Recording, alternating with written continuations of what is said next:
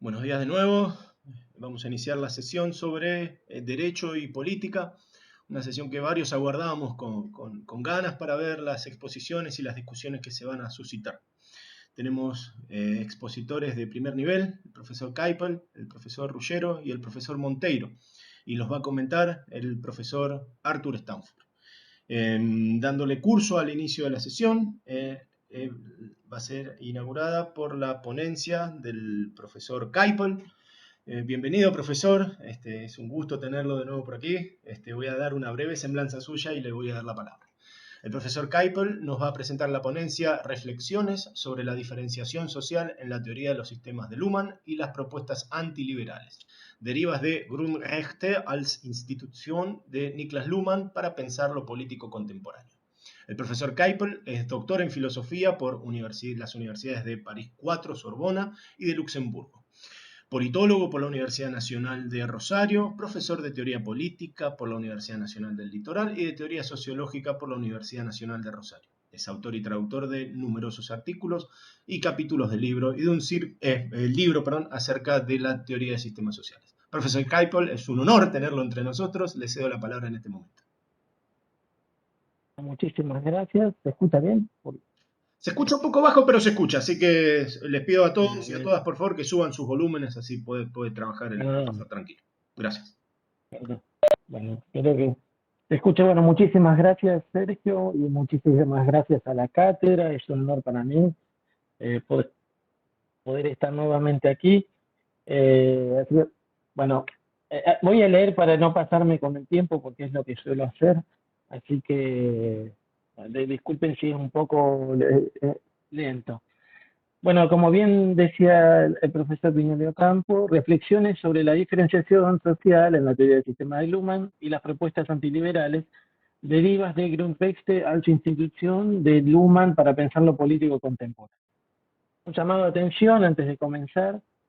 Cuando hablo de liberal o propuesta antiliberal, no estoy hablando de la tradición, obviamente, no de la tradición teórico-política, del liberalismo político, no voy a hablar ni de Locke, ni de Schumpeter, ni de Rawls, ni estoy tampoco pensando en un proyecto político en particular, sobre todo ahora que en Argentina hay muchos llamados al liberalismo, que bueno, sino que estoy pensando más bien en una posición metodológica frente al totalitarismo. Intento pararme, aunque no sé si lo consiga, en la ilustración sociológica, más que, volviendo al tema que nos trajeron antes los profesores, a la ilustración filosófica, diría Luhmann, o a algún proyecto político determinado. Mucho de esto, digamos, hay dos cosas que me traen un poco a este tema. Primero, estaba releyendo Derechos Fundamentales como institución en plena pandemia, y en lo mismo me llamó mucho la atención mucha producción de los colegas sobre la pandemia y desde enfoques cercanos a la teoría de los sistemas. Más allá de lo mencionado de Dick Becker, del profesor Viñoly Ocampo, también recuerdo algunas reflexiones como en página 12, de las reflexiones de la pandemia, al sur de la pandemia de Miguel. Bueno, también hubo de Rudolf Tisbe, Mascareño, etcétera, etcétera. Dicho esto, entonces, esta contribución se inscribe un poco articulando estas dos cosas: mi lectura de derechos fundamentales como institución y una serie de reflexiones acerca de lo que nos estaba pasando desde el año pasado y este año con la pandemia. Fundamentalmente, yo me suelo centrar en algunos textos puntuales de Luhmann que insisten en la observación de dos fenómenos que podríamos ver a veces como contrapuestos. Uno ya lo mencionó el profesor, no me acuerdo, García, acerca de los acoplamientos estructurales entre dos o más sistemas para guardar la especificidad semántica de cada uno, y otro punto que sería el de la expansión de la semántica de un sistema social hacia otros sistemas, que un poco ya se fue tocando, quizás la cuestión de la moral ahí aparece fuerte, y su vinculación con algunas tendencias que podríamos decir autoritarias. En este caso nos concentraremos más que nada en este segundo punto, es decir, el de la expansión de la semántica de un sistema social hacia otros sistemas, y que me parece fundamental al mismo tiempo, que es en este de los derechos fundamentales como institución. En este sentido, intentamos extraernos sin precaución herramientas conceptuales que nos parezcan pertinentes para observar no solo el marco en el que Luhmann lo produce, sino también algunos otros aspectos del tiempo presente. A esos cruces quisiéramos sumar también un concepto al que yo apelo bastante seguido, que es el de contingencia, y que quizás aparece más tarde en la obra de Luhmann. ¿Dónde radicaría la originalidad de la articulación entre contingencia y la defensa de los derechos fundamentales? Bueno, Luhmann no pronuncia ni una sola vez la palabra contingencia en derechos fundamentales como institución. Sí podemos verlo en 1984 en Sistemas Sociales, llamando la atención sobre la doble contingencia de Parsons, hacia una teoría general de la acción del 51, y en teoría política del estado de bienestar, que es del 81, habla de decisiones contingentes. Entonces, nosotros apelamos de lleno a esto, digamos, y nuestra apuesta es quizás la de pensar a la democracia como una fórmula de contingencia del sistema político. De la misma manera que como la justicia podría ser una fórmula de contingencia para el sistema jurídico. En base a ello, sostendremos que Luhmann abraza aquí una idea antitotalitaria a través de la diferenciación funcional. Para Luhmann, en Grundrechte als Institution, los regímenes totalitarios parecerían apostar por una desdiferenciación de los sistemas sociales, dándole una potestad al sistema político para poder monopolizar las decisiones de los otros subsistemas. En términos parsonianos, y retomados por Pepe Nun alguna vez, la inflación del medio de comunicación simbólicamente generalizado, que es el poder, a través de la cual la semántica política pareciera expandirse por sobre los otros subsistemas o para interpretar la semántica de los otros sistemas sociales. Un ejemplo claro de esto es teoría política en el estado del bienestar, ustedes lo deben conocer mucho mejor que yo. Una negación entonces de la diferenciación funcional de la sociedad no estaría exenta entonces de una negación de la complejidad creciente que nos trae la modernidad. La modernidad. Obviamente, la prudencia obliga a no sacar conclusiones demasiado osadas, al menos no intento eso, y a arrimar a Luhmann a cualquier liberalismo, porque eso me choca como lumaniano, sobre todo los proyectos políticos de los que hablaba antes, y también choca a los liberales, obviamente, por no poder hablar en términos filosóficos de Bonfils de Lumière, del sujeto de las luces, o de los individuos, lisa y llanamente. Y ahí recordemos la fórmula de la sociedad sin hombres también. En ese sentido, subrayamos más que nada el enfrentamiento de Luhmann con el fenómeno totalitario. También pues complejo por cuestiones biográficas, como muchos de ustedes deben saber. En este texto vemos rasgos, en derechos fundamentales como institución, vemos rasgos de desprenderse de elementos desde la década de 1960, y la referencia o el punto de referencia es la experiencia nazi, que lo había tocado personalmente. Si apelamos al término liberal metodológicamente, es por la resistencia frente a todo movimiento de centralización o monopolio por parte de un sistema social por sobre los demás. Por todo esto, el desafío de mi humilde presentación se apunta en la observación de mañana de algunos elementos autoritarios en las sociedades de Occidente en el siglo XX y poder potenciar una interpretación en las experiencias del siglo XXI. Un tema de actualidad, sobre todo si tenemos en cuenta algunos coletazos a los que nos exponían las muchas aceleraciones que provocó la pandemia ante la observación sociológica. Vuelvo al texto. Luhmann retoma de manera explícita una teorización de la evolución de la sociedad basada en la diferencia, en el conflicto, algo de lo que ya hablaron perfectamente en la mesa anterior. Evidentemente, el conflicto no será presentado en términos de Volk, nicht Volk, o de pueblo no pueblo, de un Estado nacional que unan demos y un ethos. Luhmann tiene en mente, y lo cita, a Carl Schmitt, digamos. Entonces, por eso no volver a esa idea de representación que une la triada entre Führer, movimiento y pueblo, buscando un sentido homogéneo de la configuración del pueblo y una encarnación política del mismo.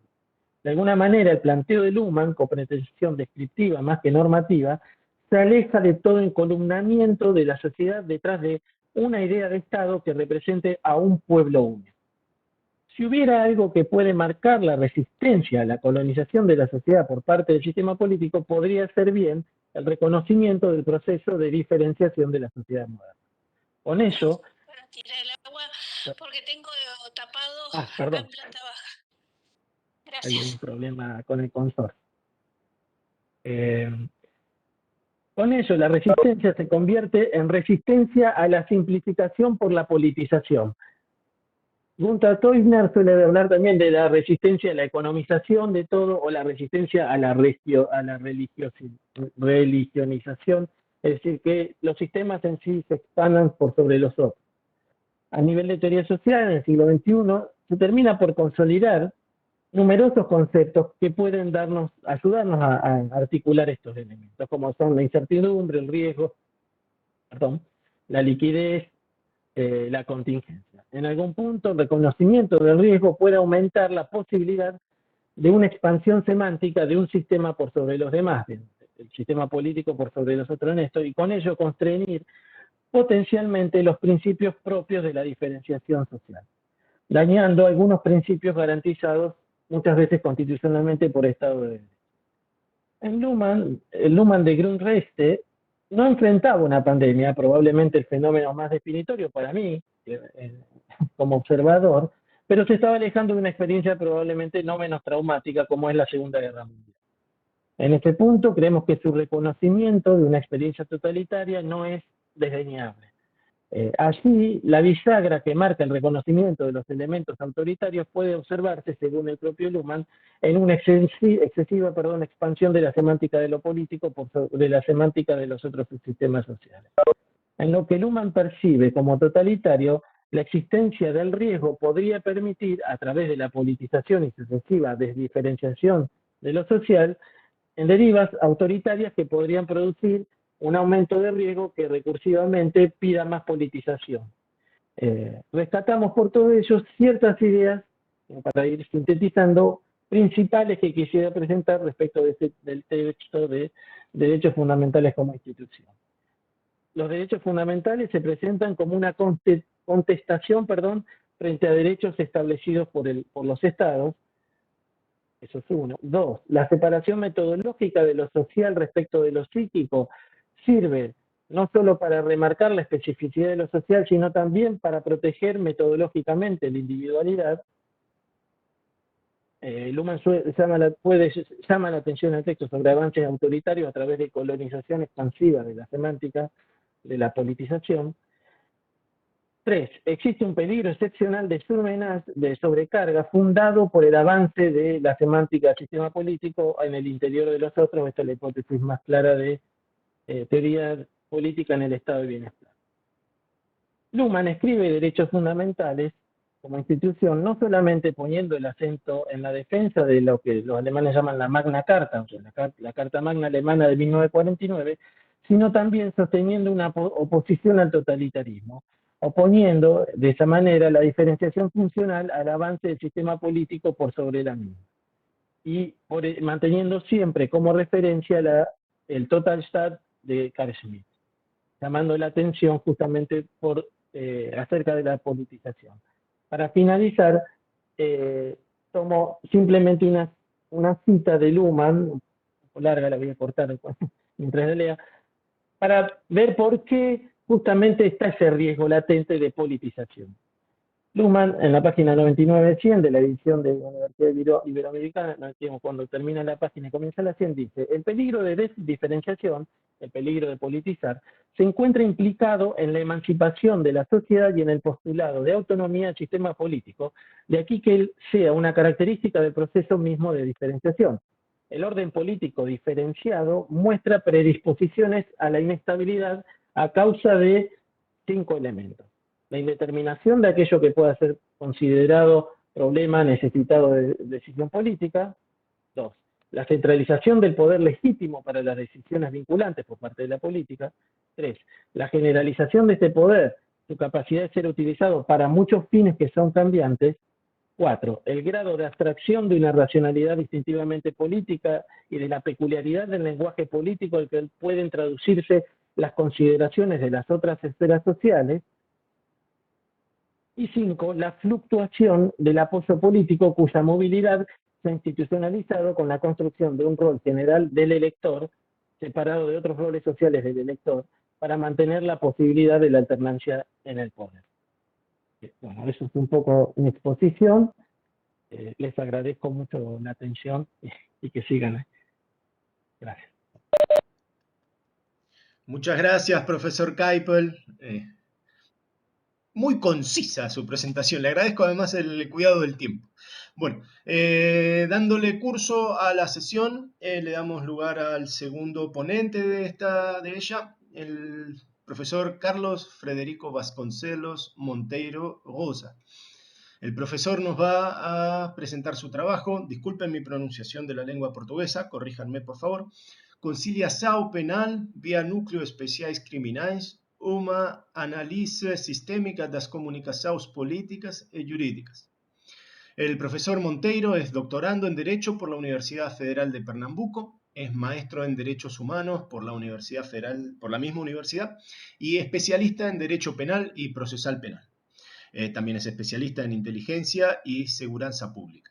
Es profesor universitario e investigador e instructor de Derecho Penal, Derechos Humanos y Justicia Restaurativa en la Academia Integrada de Defensa Social de Pernambuco, así como comisario especial de Policía Civil del Estado. Bueno, profesor Monteiro, bienvenido a la sesión. Lo escuchamos a partir de este momento. Boa tarde. Como o professor falou, né, sou doutorando, estou iniciando, sou iniciante em Luma, né? Então a gente comecei, esse trabalho faz parte da minha pesquisa de doutoramento, né, e aí eu vou expor para vocês um pouco do que a gente está estudando aí nesse processo, né? Então, a gente parte de um princípio, né, de um modelo de clássico de justiça penal, né, que usa a pena de prisão, né, como uma política retributiva, né, e é isso dentro de um contexto, isso faz parte de um modelo de justiça criminal que é baseado em vingança, né, ou seja, não, a gente de compensar um mal causado com um outro mal, que nesse caso o cerceamento da liberdade, né? Então só que ocorre que esse modelo ele tem a sua eficácia questionada desde sua origem, né? Desde lá, desde a substituição dos suplícios corporais explícitos por restrição de liberdade, né? Então o Foucault ele já alertava, né, que na prática as violações à integridade física desses condenados elas apenas deixaram de ser apresentadas como espetáculos em praça pública e foram transferidas para dentro, né, por trás dos muros das prisões, né? Então essa ineficiência, né, vamos dizer assim, em responsabilizar exclusivamente o infrator, né, por suas falhas, né, por suas transgressões, ela falha em pelo menos dois aspectos, né? Nem traz contentamento à vítima, nem tampouco promove ressocialização do transgressor, né? Então, o que a gente tem, na verdade, né, o mais comum o resultado é um excesso de punição de uma determinada classe social, né, com uma intensificação das penas aplicadas ao que a gente chama de delinquência comum, né, e aí fruto dessa expansão do direito penal, né, que embora demonstre uma tendência de tipificação de novas condutas, né, pela evolução do direito penal, né, finda, né, ele termina aqui, ele se concentra, né, concentra esforços no agravamento de sanções de condutas já tipificadas. E aí serve como um tonificador, né, tonifica o processo de exclusão e de perseguição de uma determinada parcela da população que é despossuída, né, que vive ali à margem da sociedade e termina se envolvendo com a criminalidade de rua. Então, assim, o atual sistema acusatório tem se mostrado ao longo do tempo inadequado para recriminar determinadas transgressões às normas, né? E aí, em contraponto a isso, né, a gente tem esse modelo clássico, né, de justiça penal, temos o que o Roxin chama, né, de terceira via, né, que é justamente a ideia de reparação do dano em favor da vítima, e aí a gente tem a base da justiça restaurativa, né? Então, a justiça restaurativa aparece com o entendimento de que o delito não é meramente o conflito entre o ofensor e o Estado, né, como é interpretado no modelo clássico, mas um conflito entre o ofensor e a vítima e a comunidade, toda a comunidade envolvida. Então, afastando o monopólio estatal nessa resolução de conflitos e privilegiando a comunicação, né, privilegiando a escuta, né, tanto dos ofensores como da vítima. E aí, no que diz respeito à política criminal brasileira, né? Então a gente pode considerar que a Lei 9099 de 1995, né, ela que dispõe sobre os juizados especiais cíveis e criminais, ele é um marco no ordenamento jurídico brasileiro, pois introduz, né, no ordenamento medidas que são despenalizadoras, né, com resolução de conflitos de maneira consensual, né, e assim oficializa, vamos dizer assim, a adoção de justiça restaurativa no Brasil como um mecanismo, né, de produção, de promoção de direitos humanos dentro da justiça penal, né? E aí, no que tange essa utilização, que é o nosso trabalho, né, utilização de métodos restaurativos em delegacias de polícia, né, podemos citar a implementação do primeiro NECRIM, né, que é o Núcleo Especial Criminal no Estado de São Paulo, em 2010, 15 anos após a promulgação da Lei 9099. E aí, dentro dessa realidade, né, com os NECRIMs, de acordo com a Polícia Civil de São Paulo, entre 2010 e 2018, os NECRIMs promoveram mais de 126 mil audiências, né, realizando mais de 111 mil conciliações, né, um saldo, vamos dizer assim, um aproveitamento de mais de 88%. Né? Então, esse volume de mediação em sede policial, ele pode ser entendido, vamos dizer assim, né, quando a gente analisa o número de termos circunstanciais de ocorrência, né, que são lavrados nas delegacias, né, no Brasil. Então, para cada 10 inquéritos policiais instaurados, temos a lavratura de 13 TCOs. Né, ou seja, a demanda do Estado para crimes de menor potencial ofensivo é muito alta, né, e, consequentemente, exigindo uma alocação de recurso humano também muito elevada, né, direcionada para a resolução de infrações mais leves. Né? Então, o objetivo do NECRIM é justamente garantir, né, direitos humanos, né, incentivar essa cultura de pacificação, né, por meio de conciliação entre as partes, né, desafogando os trabalhos do Poder Judiciário, Ministério Público, da própria polícia, que poderia, né, se concentrar nas investigações de crimes mais graves.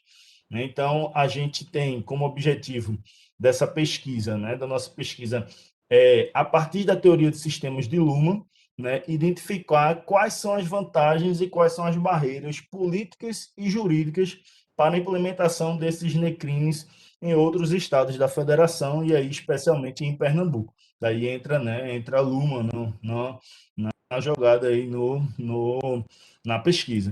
Né? Então, é importante, né? Só um parênteses, né? É importante salientar que é recomendação da Comissão Interamericana de Direitos Humanos, né? A adoção de programas de justiça restaurativa em processos penais, né? Como mediação e conciliação, inclusive como medida de redução de prisão preventiva, que é um problema sério no Brasil, né? Embora tenha reduzido um pouco, mas ainda representa mais de 30% da população carcerária de prisão preventiva. Né? E aí a gente tem levado a essa reflexão, né, sobre quais são essas barreiras políticas e jurídicas para essa implementação de núcleos de conciliação penal, né, em outros estados. Né? Então a gente traz inicialmente duas hipóteses, né, de partida, né? Então, uma é a ausência de regulação, né, para mediação policial, que aí exige dos estados uma ação mais proativa, uma ação política, que aí por meio de decreto, né, como foi em São Paulo, criou no âmbito do Departamento de Polícia Judiciária os núcleos especiais criminais. E a segunda é a interpretação, né, que foi dada pelo STF, a expressão autoridade policial, que está lá no artigo 69 da Lei 9099, que aí amplia, né, alcança outros órgãos da segurança pública, como Polícia Militar, Polícia Rodoviária Federal,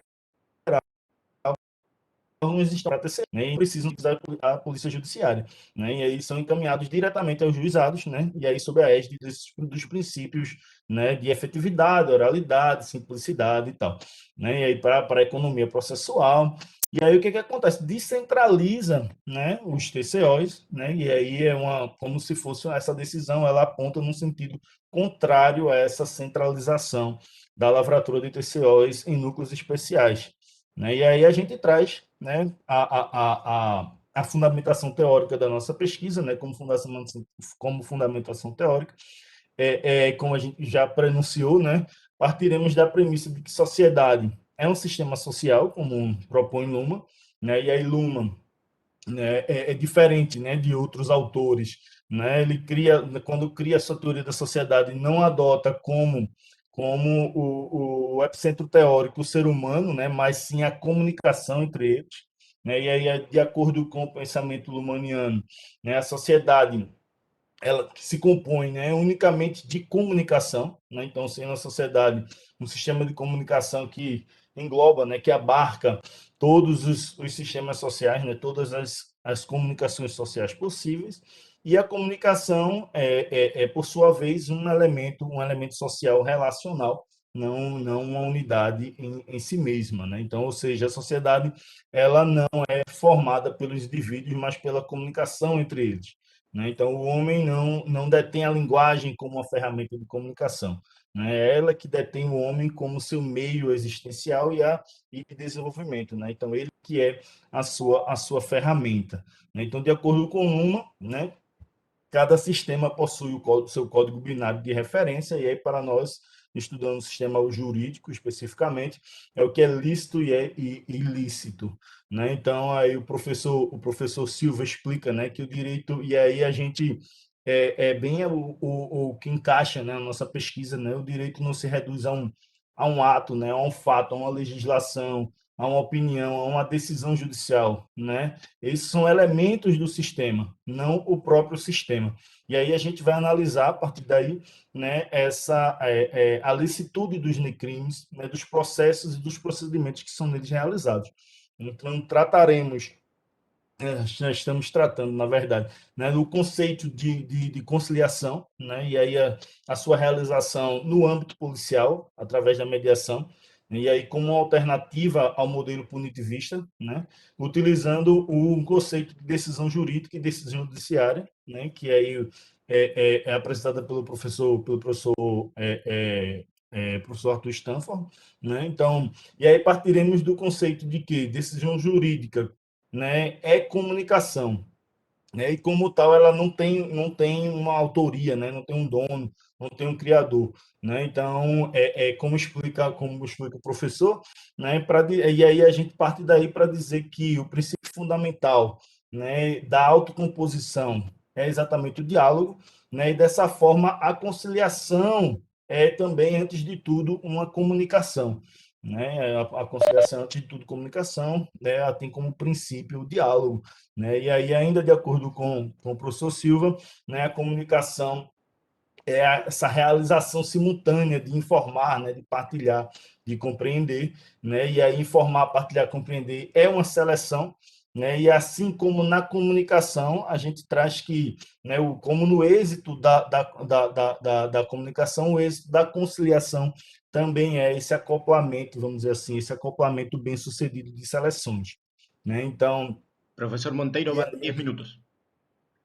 certo. E aí a gente tem como metodologia, né, da pesquisa, é uma pesquisa de produção de conhecimento, sendo só um problema específico, que é a implementação desses NECRIMs, né? Então, a gente tem vamos fazer, né, as fases da pesquisa, né? A gente divide a pesquisa em 4 etapas, né? A gente tem a primeira parte de revisão de literatura, a partir de produções acadêmicas relacionadas a esse problema, né? Com ênfase na teoria de sistemas de Luhmann, né? Então, vamos realizar um levantamento de dados secundários, os resultados referentes aos NECRIMs em São Paulo. Realizaremos pesquisa de campo, né, para obter, né, informações primárias, né? Então, com entrevistas nos NECRIMs, né? E a quarta etapa vai ser essa parte de análise de dados, né? Comparando com essa análise de dados da terceira etapa, comparar com esse embasamento adquirido na primeira, né? A sistematização de dados da segunda, e assim a gente tentar identificar essas vantagens e as barreiras, né, jurídicas e políticas para a implementação desses NECRIMs com base na teoria do sistema de Luhmann.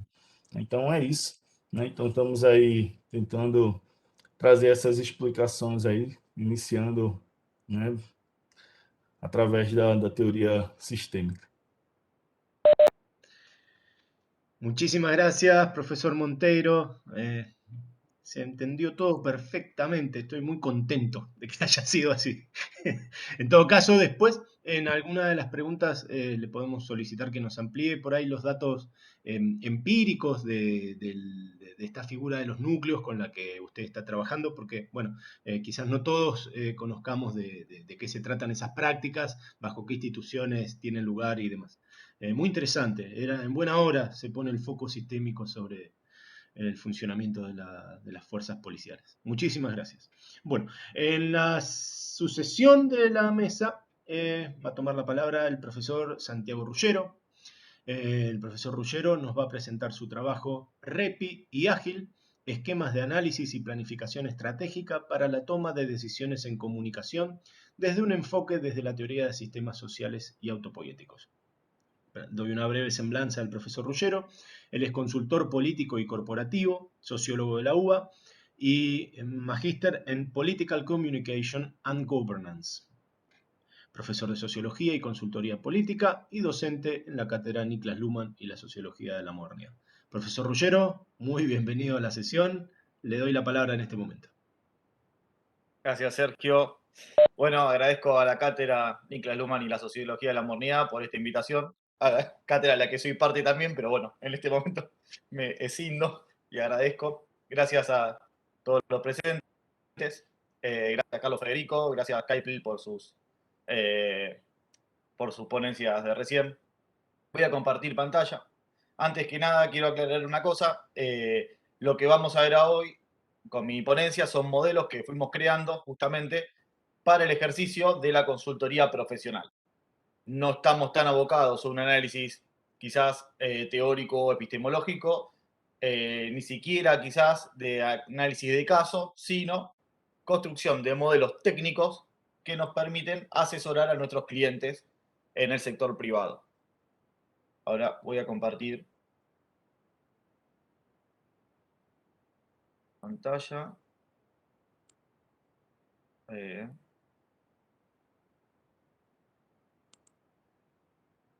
¿Están viendo la presentación? Perfectamente, Santi. Perfecto, voy a poner presentación con diapositivas. Ahí se ve pantalla completa, ¿verdad, Sergio? Correcto. Bueno, muchas gracias. Arrancamos. Por favor, cuando voy 10 minutos, si me pueden apurar. Por supuesto. Bueno, la consultoría política,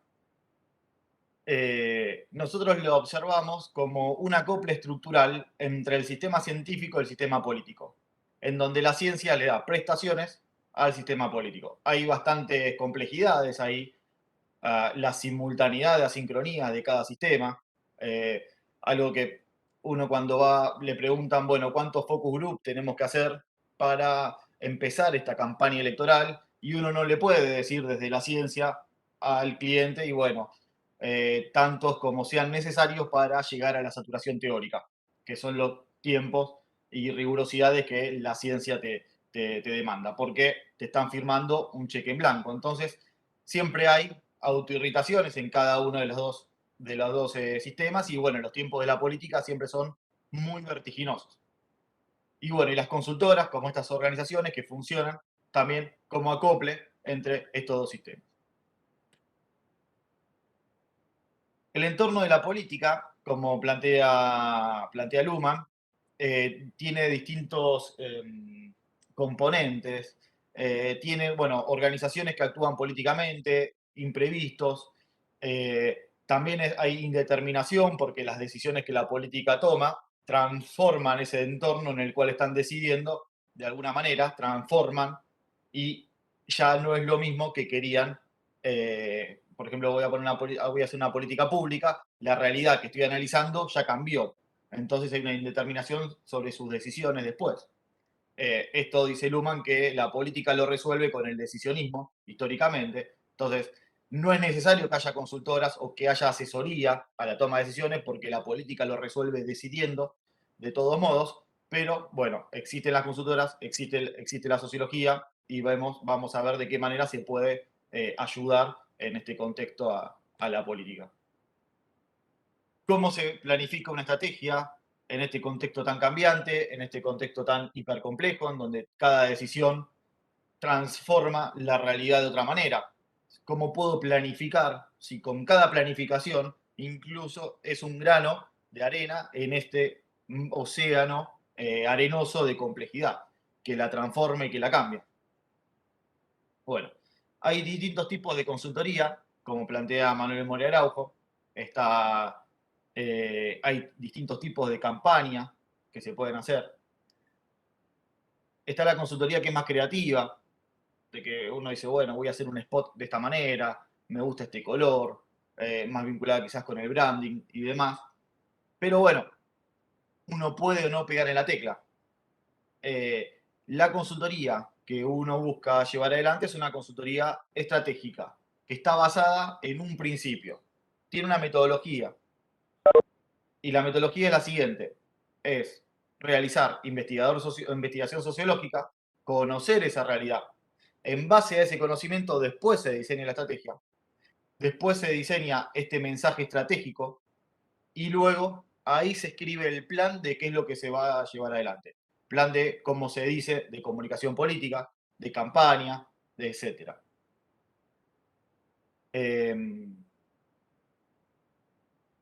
Uno no puede realizar una estrategia si no tiene información previamente. O sea, la base, la generación diagnóstico, antes de las guías de toma de decisiones, es fundamental. Las estrategias, que es lo que nos vamos a basar nosotros, no en la investigación, sino justamente en el componente de la estrategia, y de qué manera hacer una estrategia, Luhmann observa, le llama un guión, una guía, ¿no? Un script de decisión. Script es el concepto que utiliza Luhmann. Uno puede generar guías de decisión a la política, asesorando. Una regla que nos permita seleccionar nuestras acciones, nuestras comunicaciones y demás. Elementos que tienen que tener una estrategia. Son 6 elementos, bastante complejos hacia el interior. Nosotros nos vamos a focalizar en 2 para ver ahora un breve paneo. Son 6 elementos. Uno son cuáles son nuestros objetivos o metas, los cursos de acción o las variables controlables, como se dicen, las alternativas, las variables no controlables, que son llamadas estados de naturaleza, los escenarios, el ámbito decisorio, los resultados y de qué manera lo vamos a medir y qué criterios de decisión tenemos dependiendo el ámbito decisorio en el cual nos movamos. Este esquema clásico de hacer estrategia no es de la teoría de sistemas, sino que es de la teoría, la Game Theory, la teoría de juegos. Lo utiliza la teoría de juegos, lo utiliza la Drama Theory, se utiliza mucho en matemática, en economía y demás, y lo estoy como apropiando la secuencia de pasos. Un ejemplo de una tabla de utilidades, basándonos en el punto 2 y 3, por ejemplo. Para diseñar una estrategia, basados en la información, presupone distintos escenarios que pueden suceder en el futuro, que se denominan estados de naturaleza. Aquellos escenarios que van a acontecer. Entonces, en base a esos escenarios, uno debe diseñar distintos cursos de acción, que son las variables controlables. Aquello que uno va a hacer. Esto es una imputación, obviamente, desde la dimensión objetiva del sentido, que se imputa al actuar del propio sistema. ¿Qué es lo que el sistema va a hacer? Y cruzando en esta tabla de utilidades, dependiendo cada escenario que pueda llegar a darse, si se puede otorgar probabilidades, se otorga. Si no se puede, no se otorga. Ahí son distintos criterios de decisión que uno va a tener después. Uno tiene que ver qué estrategia domina la otra. ¿Cuál de nuestros cursos de acción son mejores, son loables, frente a los otros cursos de acción en distintos escenarios? Y uno ahí decide, siempre arriesgándose. Ahora bien, ¿cómo llenamos esto? Este esquema abstracto, ¿cómo se suele llenar? En consultoría, lo clásico es hacer un SWOT análisis de fortalezas, oportunidades, debilidades y amenazas, tratando de minimizar amenazas y debilidades, minimizar debilidades y maximizar oportunidades, maximizar fortalezas, minimizar amenazas y maximizar fortalezas y oportunidades. ¿Cuál es el problema de este esquema? Además de, uno diría, bueno, esto es muy viejo, pero sí, se sigue utilizando. El problema es su rigidez, que justamente no tiene en cuenta los cambios que pueden generar en ese escenario que se está analizando al ejecutar esto. Por ejemplo, una oportunidad que yo quiero llevar adelante a través de una fortaleza, quizás interfiera en algún stakeholders o en algún otro sistema que hoy en día no forma parte de eso que es nuestro interés, pero quizás al tratar de maximizar una oportunidad que tenemos, por ejemplo, hacer un mensaje político, activamos, molestamos a otro que se convierte en una amenaza que hoy en día no existe. Entonces, es un esquema que al llevarlo adelante, después analíticamente queda caduco en el instante en que uno lleva adelante la estrategia. ¿Por qué? En nuestras tablas de utilidades, volvemos a la filmina anterior, tenemos los cursos de acción. Estos cursos de acción a nosotros a la hora de llevar adelante una estrategia observamos dos problemas de reducción de complejidad cuando uno decide un curso de acción. Un doble problema. Uno, que el propio curso de acción que uno selecciona probablemente vaya a modificar también el escenario a futuro, porque se está modificando la realidad reduciendo complejidad ahí. Se reduce complejidad y se genera otra complejidad al mismo tiempo. Y por otro lado, hay otro problema que es a nivel más de análisis, si se quiere, cuando uno desea analizar una estrategia que ha tomado otro, uno la analiza de dónde, una vez que eso ya ocurrió, a través de qué ocurrió, cuál fue el evento respecto al escenario que fue.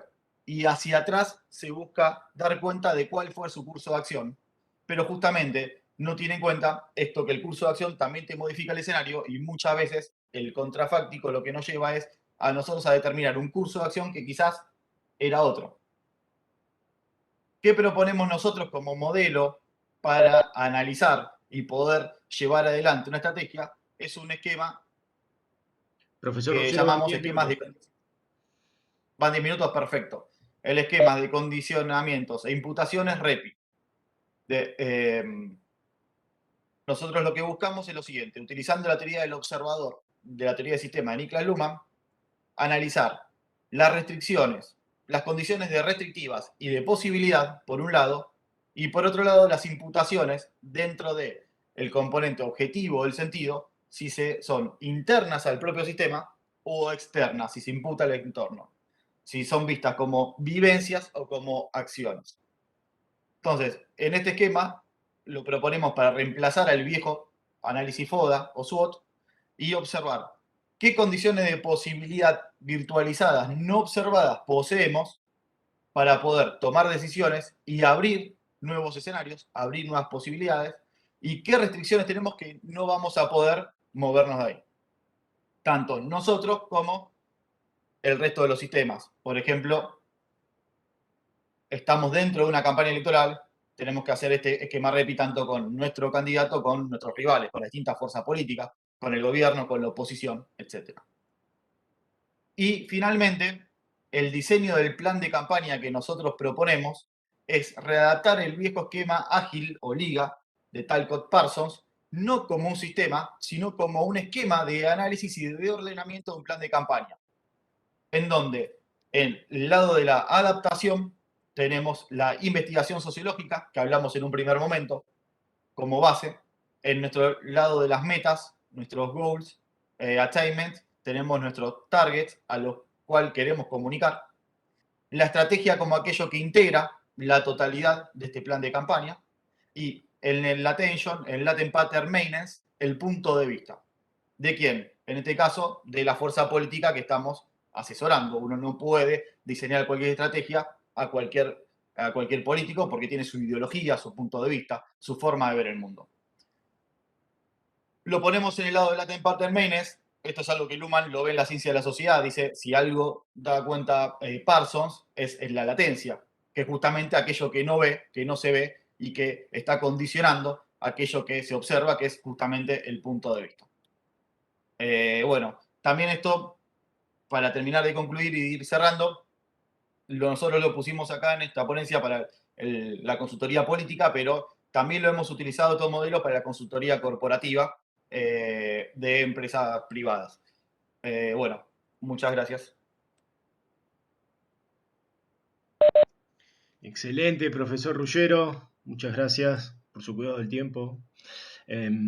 Inicialmente estaba programada para la sesión de investigación aplicada, lo habrán notado, pero su diálogo con los problemas de análisis político nos pareció suficiente justificativo para mover su trabajo a esta sesión, para darle un componente adicional que no siempre tienen las mesas de política, que es incluir la comunicación política y el diseño estratégico en el debate. Bueno, le damos ahora la palabra a nuestro comentarista de lujo. Los lujos hay que dárselos. Venimos flojos de comentaristas, venimos muy flojos de comentaristas. Uno peor que el otro, así que bueno, no tenemos Tremendo, ahora para variar se manda una ponencia, como hacen todos los comentaristas. Al profesor, le doy la bienvenida al profesor Arthur Stanford da Silva. Arthur, profesor Stanford, conocido por todos, es profesor titular de Sociología del Derecho de la Facultad del Derecho de Recife, Centro de Ciencias Jurídicas, Universidad Federal de Pernambuco. Es investigador 1D por el CNPq, es coordinador de Moino Jurídico, el Laboratorio de Investigación Social del Derecho de la UFPE. Ahora voy a compartir algunos de los links de estos foros a través del chat, por si están interesados en conocer el trabajo del profesor, quienes no lo hagan, quienes no lo conozcan. Es socio fundador de la Asociación Brasileña de Investigadores en Sociología del Derecho, editor en jefe de la Revista Brasileña de Sociología del Derecho, e integra la Red Latinoamericana de Sistemas Sociales y Complejidad y la Red Law and Social System. Además, tenemos el honor de que forme parte de nuestro comité organizador. Bueno, profesor Stanford, le cedo la palabra en este momento. Muchas gracias por aceptar la invitación. Hola, buenas tardes ya. Bueno, voy a ser muy corto. Primero, un honor estar acá y poder ayudar, pero si pensara con más cariño, yo no tenía aceptado. Las ponencias muy distintas y, bueno, pone mi cabeza a rodar sobre muchos puntos y no es fácil, pero concordo con el profesor Miguel que este congreso me está llevando a hacer una pregunta que es, ¿será que hay un Luhmann para cada lector de Luhmann? A veces me parece que sí. Por ejemplo, en esta sesión Derecho y Política, hemos escuchado ahora una discusión sobre derechos fundamentales, una otra sobre la cuestión de cómo tratar la violencia en la sociedad por medio de las instituciones penales estatales y consultoría pública. O sea, temas muy distintos y todos están utilizando la teoría de Luhmann. Si yo hiciera una pregunta general, sería ¿por qué esta teoría? Como oímos ahora en la sesión anterior a esta, hablábamos de filosofía muy bien, pero la pregunta me parece que ha sido al final, ¿por qué la teoría de sistemas y no otra? Por ejemplo, Stephen Keipel trabaja una cuestión muy compleja que es esta de derechos fundamentales y, bueno, en su paper o en su escrito llega a hacer una pregunta muy compleja que es ¿qué podemos hacer si, por ejemplo, un grupo o un grupo en la sociedad desarrolla su capacidad de violencia al extremo? O sea, lo que estamos, me parece, viviendo ahora, ¿no? Con eso de la extrema derecha, la vuelta de la extrema derecha, E às vezes me recuerda,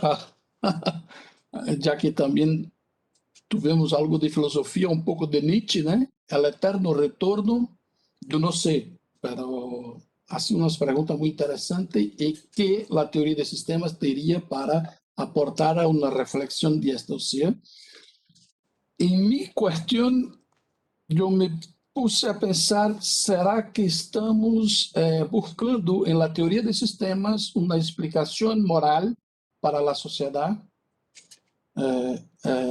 Por ejemplo, mira, en la ponencia de Esteban, me parece que hay una pregunta que es, y si eso pasa, ¿qué se puede hacer? O cómo tratar una política de totalitarismo se vuelve, cómo podemos, o qué una teoría de sistemas podría aportar a eso. Mi cuestión principal ha sido que, bueno, específicamente yo le preguntaría por qué volver al libro de 1965, de Derechos Fundamentales como Institución, já que, bueno, está em 65 e hay el próprio livro, há toda uma discussão que é um livro aún que Luhmann está muito agregado à teoria de Parsons e este tipo de... Incluso, ao final do livro, traz esta frase, que Parsons é a melhor teoria que se pode ter para aportar este tema. Pero há também um livro de Luhmann que é Legitimação para o Procedimento, um livro de 1969, que também, aí sim, trabalha muito direito. E a questão de direito, incluso em este livro, tem um capítulo específico sobre a relação política e direito. Em 72, há o livro Sociologia Jurídica, e me parece, eu não sei se podemos dizer que há um momento de Luhmann muito sociológico do direito, que questiona muito isso. Pero has dicho que tinha a intenção de trazer esta discussão para a atualidade. Então, minha questão se quedou, será que realmente precisamos volver tanto?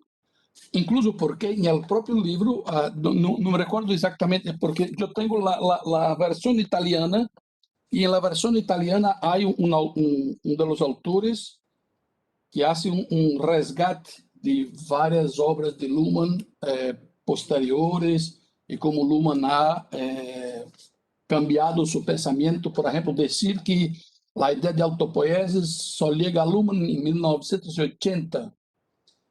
Se has hecho alguma perspectiva por exemplo, não, já em 65 Luhmann já tinha sua ideia de, não tinha a palavra, mas já tinha uma ideia de diferenciação. Esta palavra, sim, é verdade que não utiliza contingência, mas habla de persona, coletivismo, habla de diferenciação neste livro do fundamento.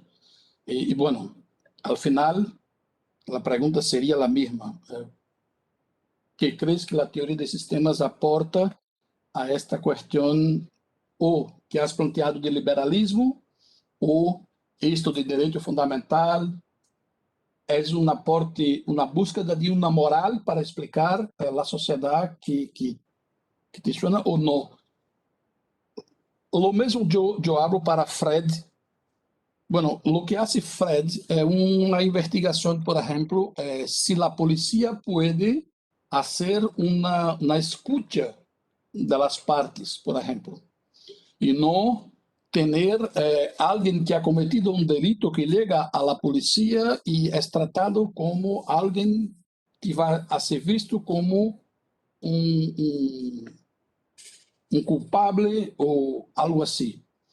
Por ejemplo, ¿y la víctima? ¿Dónde está la víctima en este proceso? Normalmente el derecho penal no pensa en la víctima, dá uma grande ênfase ao autor do crime, pero parece olvidar a pessoa que ha sofrido o crime. Em São Paulo, isto ha sido a proposta de Fred, se ha criado o NECRIM, que é um núcleo que faz este tipo de trabalho.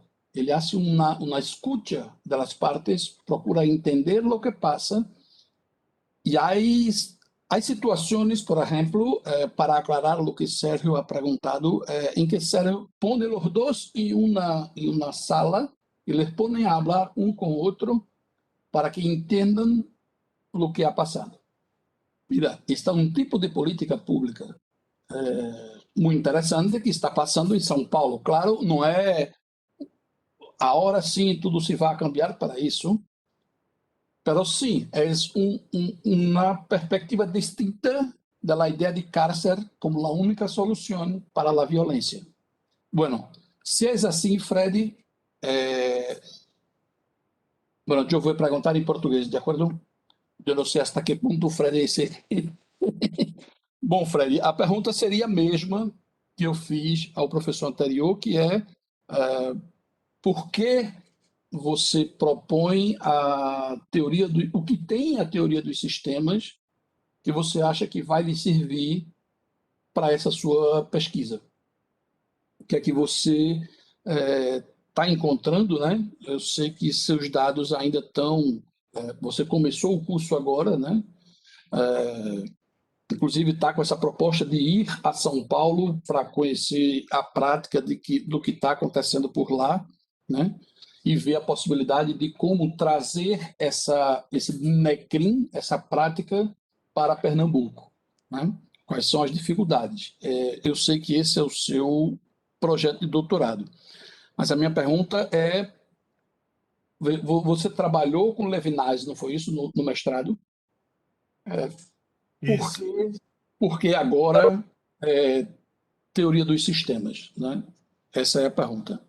Bueno, volviendo a Santiago Ruggiero, esta parte de consultoria, uma pergunta pontual seria por que has puesto a ideia de consultoria como acoplamento estrutural? Eu não entendi muito bem, porque me suena como toma de decisão, se quedaria mais na ideia de organização, membrancia e a forma de toma de decisão que me parece mais desenvolvida em um livro que trata de decisão e organização. Mas, bueno, me quedei questionando por que ou como has chegado à ideia de poner a consultoria como um acoplamento estrutural.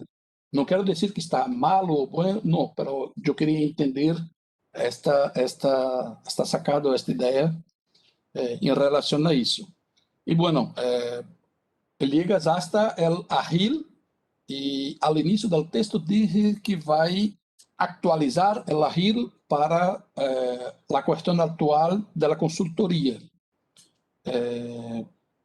Isso está em desenvolvimento ou já tem chegado ao resultado que sim, se pode seguir com o sistema Agile, ou teria que cambiar para uma perspectiva, bueno, que já Luhmann já não, se estava com Agile em el tempo, já não lo aceita por diversas questões, e aí se há desplegado da teoria de Parsons para desenvolver, principalmente depois que chegou, não só antes, incluso, de autopoiesis, quando ha começado a trabalhar com a ideia de comunicação, mais especificamente com a teoria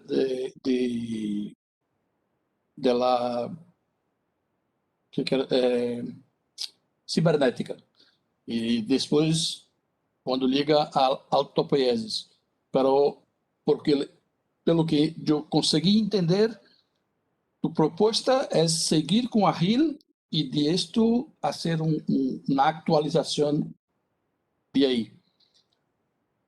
¿Has hecho isso ou aún estás a desenvolver esta ideia? E por que seguir com Agile e não buscar os elementos mais como hace Dario Rodrigues e Arnaud, né? Marcelo Arnaud, por exemplo, que assim lo hace, incluso Arnaud haciendo consultorias.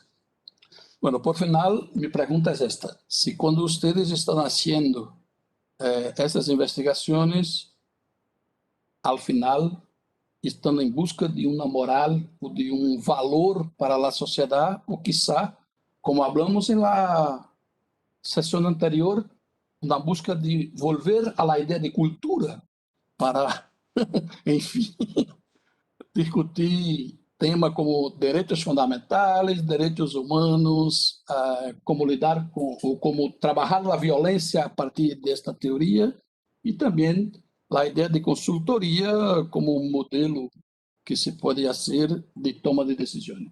Bueno, me quedo aí e creio que aún hay tiempo. Bueno, Sergio, te devuelvo la palabra. Gracias, Arthur. Más que comentarista, eso es un provocador. Estamos justos con el tiempo, yo diría que creo que con 5 minutos, nos podemos pasar un poquito por supuesto, pero para tampoco exagerar. Más o menos 5 minutos calculen para la respuesta al profesor Arthur, al profesor Stanford. Muchísimas gracias, Arthur. Brillante. Sigamos el orden de exposiciones. Primero Caipol, después Monteiro y finalmente Ruggiero. Gracias. Bueno, muchísimas gracias, profesor Stanford, y muchísimas gracias a todos. Bueno, respondo un poco a la cuestión que fue más individual y un poco también a la última cuestión que intuyo iba para los tres.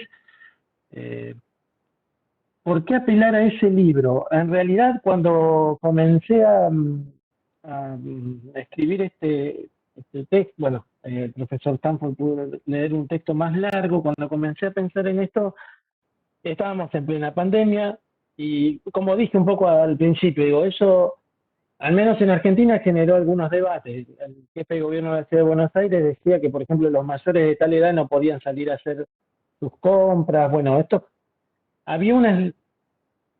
Yo trabajo mucho con colegas franceses. En Francia también se discutía la idea de pasaporte sanitario, porque en realidad lo que hace es que nos vuelva un poco policías a todo de todos.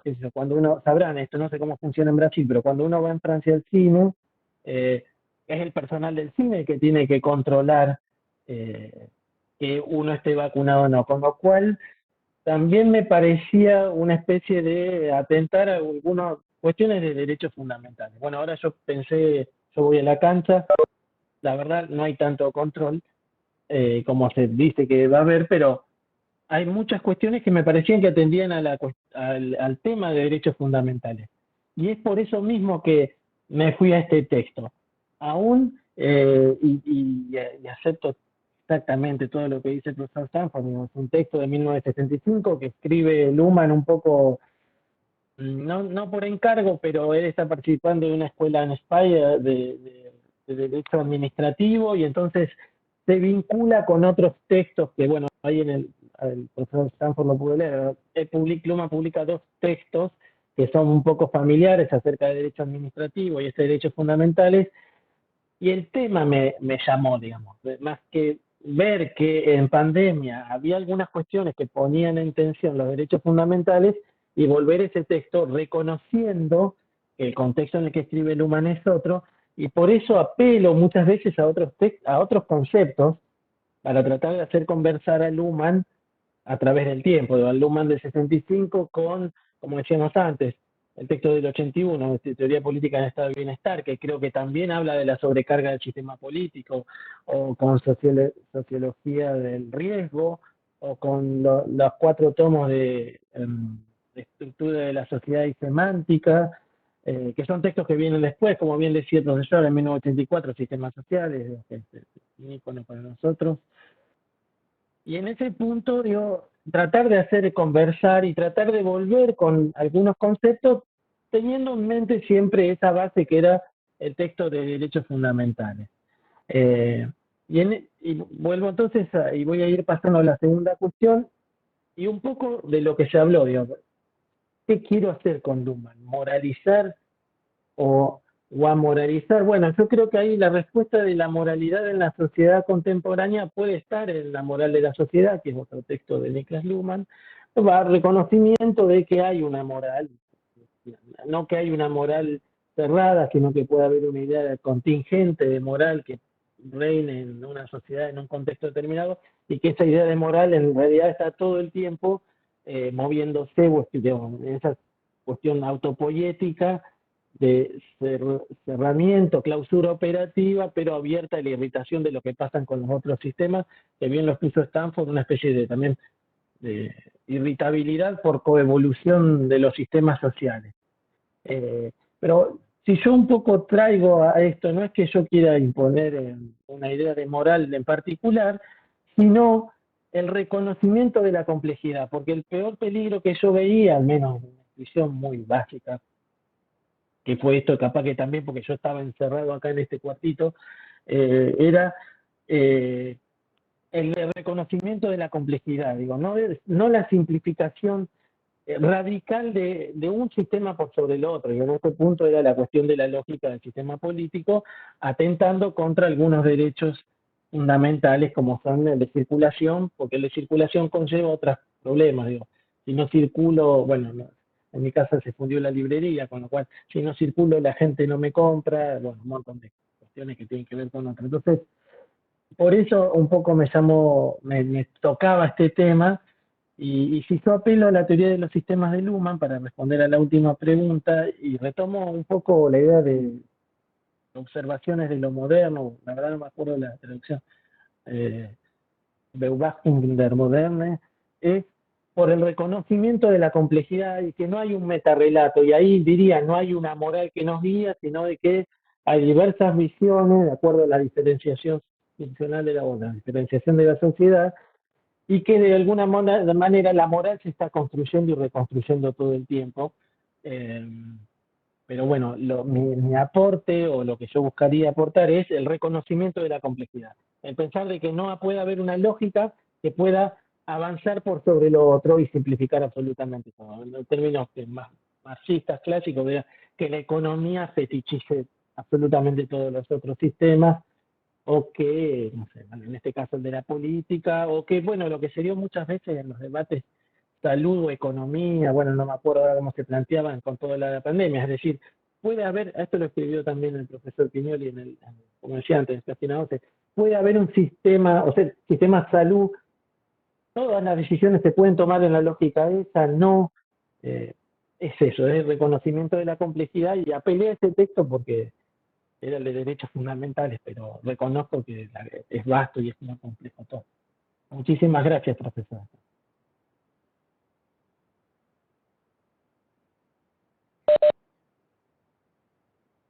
Profesor Monteiro. Posso falar? Bom, então, professor, realmente o mestrado foi em Direitos Humanos, né? E utilizei sim Levinas, né? Estava estudando sentido, né? Da polícia no Estado Democrático de Direito. E aí a gente evoluiu a pesquisa, né? No sentido de estudar comunicação, né? Estudar a justiça restaurativa em sede policial, né? E aí dentro desse estudo, respondendo por que a teoria de Luhmann, né? E aí comecei a estudar a questão do voto no direito, né? Isso foi lá em Direitos Humanos, voltando para o direito, e aí teoria reflexiva da decisão jurídica, né? E aí como esses movimentos, né, de construção de sentido, né, movimento do direito, né, de construção de sentido para determinadas situações que não estão previstas em legislação, como é o caso da conciliação, né, em sede policial, e aí encaixava, né, o objeto da pesquisa. E aí comecei a me aprofundar nesse sentido, né, da diferença de decisão jurídica, decisão judiciária, né, a decisão tomada pela autoridade policial, a decisão tomada pelo judiciário, né, e aí isso e esse movimento, né, dentro assumindo sociedade como sistema, né, a teoria de Luhmann, aí, que esse movimento de construção, de irritação do sistema, né, do direito, né, por esses movimentos que não fazem parte, né, vamos dizer assim, né, que ainda por exemplo, a conciliação em sede policial não está lá, não existe no ordenamento jurídico. E isso aí começa a interferir dentro do sistema do direito, né? E como é que a gente tem essa resposta, né? Como é que o direito se comporta com relação a isso? E aí, dentro dessa perspectiva, né, estudando para o doutorado, e aí, na verdade, estudei até alguns textos do professor Arthur, né, que foi quando tratava de bagatela, por exemplo, de movimentos sociais, que era justamente, eu achei muito semelhante né, com relação a questão da conciliação em sede policial e como isso interfere no direito, né, a partir da teoria de Luhmann. Né? Então, eu acho que essa como conciliação, né, partindo do princípio que conciliação é comunicação, né, e aí a autocomposição, né, ela tem como princípio o diálogo, né, e aí eu achei que, né, a contribuição da teoria de Luhmann, né, para a gente conseguir essa resposta foi o que mais né, atendeu, né, a nossa busca aí nessa pesquisa, que ainda estamos, né, sou iniciante em Luhmann, vamos dizer assim, né, então aí tá estudando atrás dessas respostas, mas é isso, não sei se atendeu, professor, mas foi meio que por aí, chegar em Luhmann, né? Vale. Sérgio, has hecho una pregunta sobre datos. ¿Quieres que le plantee de nuevo o tranquilo?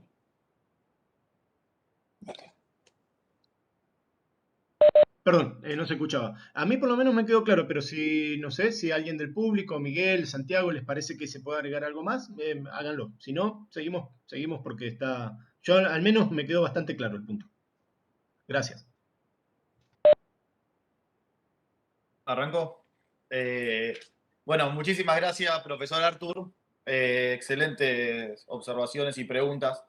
Primero voy a responder las particulares de mi ponencia y después las dos generales, con la que arrancó y después con la que, con la que cerró. ¿Por qué acople estructural? Bueno, en realidad la consultoría política la veo como consultoras que son organizaciones y estas organizaciones funcionan como acople entre ambos sistemas, justamente porque hay una relación no causal entre ambos sistemas, con estructura de expectativas que se sensibilizan ante estas coirritaciones, esto que comentaba de el focus group, irritado justamente por la demanda de la política irritada frente a la información, hacia la toma de decisiones y demás. Entonces, por eso lo veo como que hay una acople estructural. Obviamente, esto es un análisis que, bueno, va a seguir siendo transformado, se quiera, o reflexionado en ulteriores escritos y reflexiones y demás, y estoy abierto a críticas. Pero yo lo observo de esa manera y hace tiempo que lo vengo observando así, como una organización que funciona como acople entre dos sistemas. Por otro lado, ¿por qué el esquema ágil de Parsons? Y si lo tomo igual, si es un desarrollo ya utilizado o no. Quiero aclarar lo siguiente, capaz que me malinterpreté. No estoy utilizando el sistema ágil de Parsons para la acción. No es un sistema, no es el sistema social. Simplemente utilizo las categorías que usó Parsons para diseñar técnicamente un plan de campaña. Es decir, para ordenar de un modo homogéneo un plan de campaña, justamente integrando ahí lo que es la estrategia, los análisis y la investigación, el punto de vista del cliente y la guía de qué acciones tácticas se van a tomar adelante. Es un modo que a mí me resulta bastante ordenador. No soy parsoniano, o sea, estoy de acuerdo con las críticas que le hace Luhmann, tanto como por la rigidez teórica de estos sistemas, son sistemas también cerrados, como también por las críticas políticas que Luhmann, obviamente en Introducción a la Teoría de Sistemas, en la lección 1, explica que le han hecho a ese esquema. Pero bueno, la cuestión ordenadora para hacer un plan, donde generalmente cuando le he entregado a mis clientes planes así, tanto políticos como corporativos, no hay un modo, una convención de cómo se hace un plan de campaña, y de esta manera me pareció bastante resolutiva. Y finalmente, ¿por qué esta teoría? Y qué si pienso valores para la sociedad y demás, Yo creo que no va por este lado el tema de los valores. De hecho, como dice Luhmann, en el sistema político la distinción valores e intereses se juegan distintos. Muchas veces los valores se cambian dependiendo de los intereses de la política. Y por otro lado, los valores, además de ser polisémicos, contienen su contravalor en sí mismo. No es lo mismo el valor de la vida que puede defender una militante feminista pro aborto que la iglesia. Los dos, ambos están defendiendo la vida, pero la vida ahí significa algo completamente distinto para un lado como para el otro. Ahora bien, sí incluyo en los que son los planes de campaña los valores que el cliente posee como su punto de vista. Uno no va a decirle al cliente que diga algo que va en contra de sus principios. Y finalmente, porque esta teoría es el modo que yo tengo de ver el mundo, la teoría de sistemas, desde que empecé a leerla en 2005 y desde que cursé la materia en 2007, que la leí con mayor calidad, si se quiere. Y más allá de eso, se habla de Luhmann. Yo cuando hice mi maestría en la GW University, se hablaba de Luhmann y se lo citaba como cita de autoridad solamente para decir que los sistemas sociales son sistemas de comunicación. Pero después el esquema sistémico que se utilizan son sistemas cerrados. Por otro lado, se utilizan teorías del rational choice, como puede ser la drama theory, la game theory, y todo se busca ver y analizar la psicología de cada uno de los stakeholders. Y para mí, a la hora de hacer consultoría y aconsejar toma de decisiones, si uno va a analizar la psicología de todos los que forman parte de esa comunicación, la red causal termina siendo tan grande que tenés que abarcar a cada uno de los individuos que vivimos en este momento. Y quizás a los que fallecieron también.